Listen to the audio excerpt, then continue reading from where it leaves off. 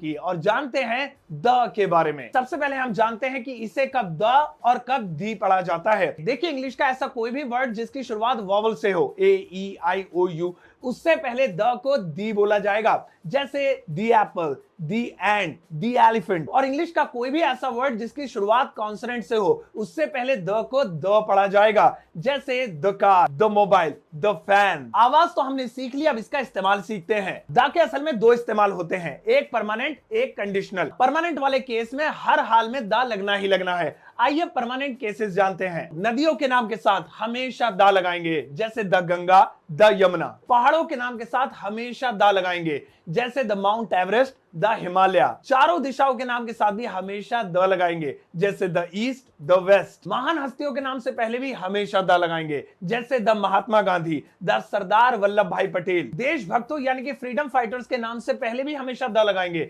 जैसे the Bhagat Singh, the Chandrashekhar Azad. धर्मों के नाम से पहले भी द लगाएंगे, the Hindu, the Muslim, the Sikh, the Christian. धर्म ग्रंथों के नाम से पहले भी हमेशा द लगाएंगे, जैसे द गीता, द बाइबल। दोस्तों, ये तो हुए कुछ परमानेंट प्लेसेस जहां पर आपको द लगाना ही है, वरना सेंटेंस गलत माना जाएगा। अब बात करते हैं कंडीशनल सेंटेंस की, कि जहां पर कंडीशन के हिसाब से द लगाया जाता है। इसे सीखने से पहले हमें सबसे पहले दैट के बारे में जानना होगा। दैट का मतलब होता है वह या वो। कोई भी ऐसी चीज जो हमसे दूर हो और उसे ऐसे इशारे से बताना पड़े। वो एक कार है तो उसे दैट से बताते हैं, दैट इज अ कार। वो एक सड़क है, दैट इज अ रोड। अब दैट का इस्तेमाल तब करेंगे जब चीज हमारे सामने मौजूद हो और हम उसे ऐसे इशारे से बताएं।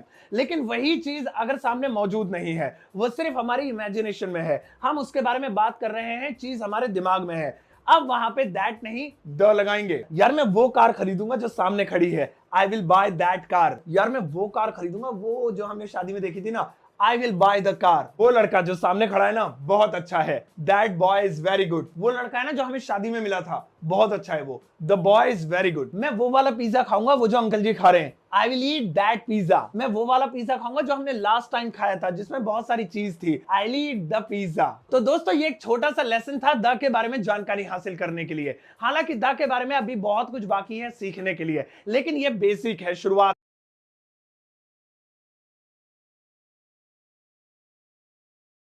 है। शुरू यहीं से कीजिए और द का इस्तेमाल करना आज ही से सही तरीके से शुरू कर दीजिए। तो दोस्तों, आज के इस एपिसोड में इतना ही। आपको ये एपिसोड कैसा लगा, मुझे आपका फीडबैक जानना है, और जानना है आपकी राय, आपके लाइक एंड डिसलाइक्स। तो अपनी राय देना बिल्कुल भी मत भूलिएगा। अपना ध्यान रखिएगा। Take care, bye bye.